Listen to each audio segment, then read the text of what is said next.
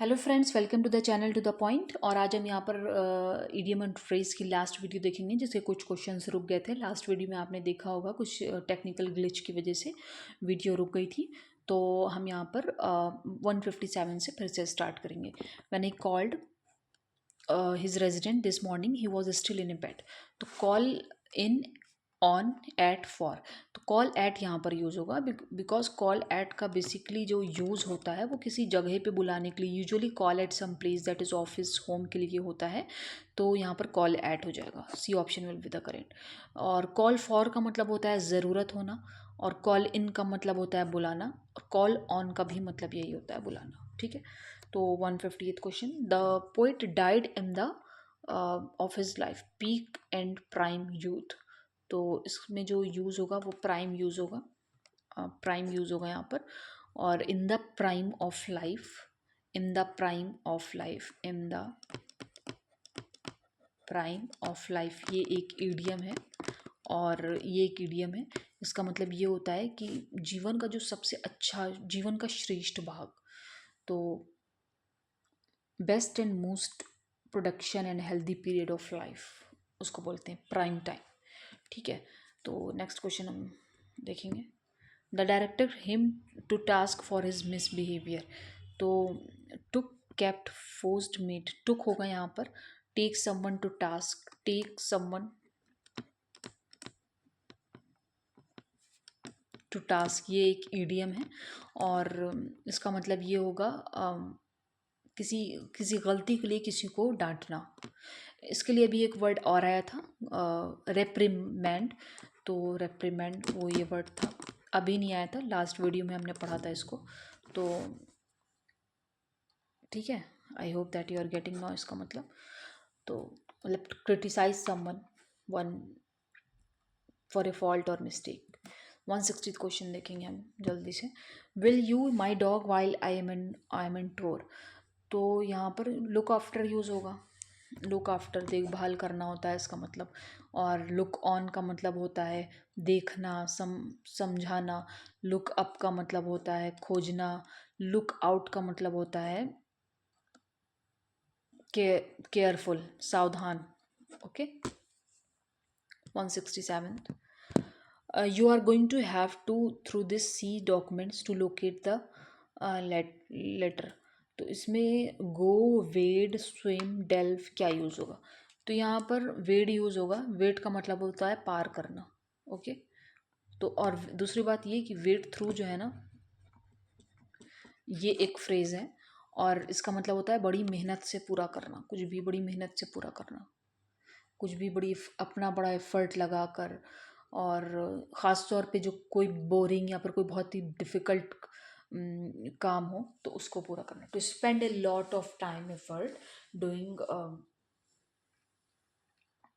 Something boring or difficult. Next question we will see. Hippocrates try to appearances, keep over, keep away, keep up, keep upon। तो यहाँ पर क्या use होगा? Keep up use होगा, keep up use होगा। Keep up मतलब होता है किसी चीज़ को बनाए रखना। ठीक है, नेक्स्ट क्वेश्चन हमारा 163। और 163, would you mind the suitcase. Mind मतलब माइंड के आगे हमेशा एनजी फॉर्म लगेगी, ओपनिंग। माइंड एक ऐसा वर्ब है, और इस चीज़ को हमने बड़े अच्छे से एक्सप्लेन किया है पार्ट्स ऑफ स्पीच वाले टॉपिक में।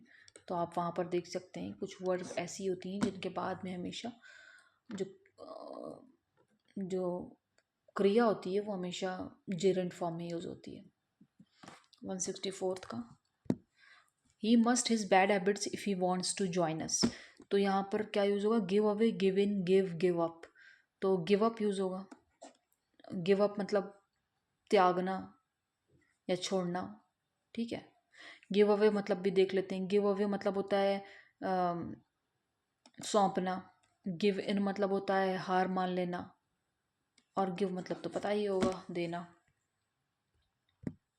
You must your bad habits if you want to join us. तो गिव अप होगा, और इसको कहते हैं क्वेश्चन रिपीट होना। तो गिव अप होगा, पिछले वाले क्वेश्चन में भी हमने देखा था। Servant is expected to orders of his master. Carry on, carry out, carry for, get carried. Carry out होगा, कैरी आउट मतलब होता है पूरा करना, पूरा करना। और ठीक है बस। 167, he through the nose for the delay in taking timely action. तो यहाँ पर होगा said, saw, paid, god. Paid होगा, pay through the nose. Pay through the nose जो है, पेड होगा पहली बात तो यहाँ पर, और पे through the knows, through the knows note कर लेना है इसको। पे थ्रू द नोज का जो मतलब होता है वो होता है बाहरी कीमत अदा करना या चुकाना, ठीक है। 168 क्वेश्चन है हमारा। Diamond cuts, diamond very easy one, और इसका मतलब ये होता है, ये एक प्रोवर्ब है, मुहावरा जिसको हिंदी में बोलते हैं, और लोहा लोहा को काटता है, ऐसा आपने कई बार यूज़ भी किया होगा। उसका मतलब होता है, फॉर एग्जाम्पल अगर हम बोलें शक्तिशाली व्यक्ति ही शक्तिशाली को हरा सकता है, ठीक है। नेक्स्ट क्वेश्चन है हमारा, and I think it is the last one. तो half a loaf is better than no, ये भी एक प्रोवर्ब है, और यहाँ पर ब्रेड यूज़ होगा, ब्रेड, और इसका मतलब ये होता है कुछ नहीं से थोड़ा बहुत अच्छा है, ठीक है। It is better to accept less than one wants और expects than to have nothing at all, ठीक है। तो इसका मतलब यहाँ पर जो है ब्रेड यूज़ होगा। और बाकी आपके यहाँ पर सारे क्वेश्चंस कवर हो गए हैं। 169 क्वेश्चन आपके इडियम एंड फ्रेज के हो गए हैं, और इसमें आपका NVS, KVS, DSSS में आए हुए सारे क्वेश्चंस हैं। ये सारे क्वेश्चन मतलब TGT के भी हैं, PGT के भी हैं, और PRT के भी हैं, और भी कुछ एग्ज़ाम्स हैं जो भी जैसे नॉन टीचिंग एग्ज़ाम्स में भी आती है कुछ English general paper part A में, तो वो सब भी क्वेश्चंस इसमें आपके कवर हो गए हैं, ठीक है। तो फ्रेंड्स, आपका धीरे धीरे सारा इंग्लिश का जो भी टॉपिक है वो कंप्लीट करवाया जा रहा है, और आप इसको ज़रूर देखें, क्योंकि किसी भी एग्ज़ाम से पहले उस पर उसके PYQ पे पकड़ होना बहुत ज़रूरी है।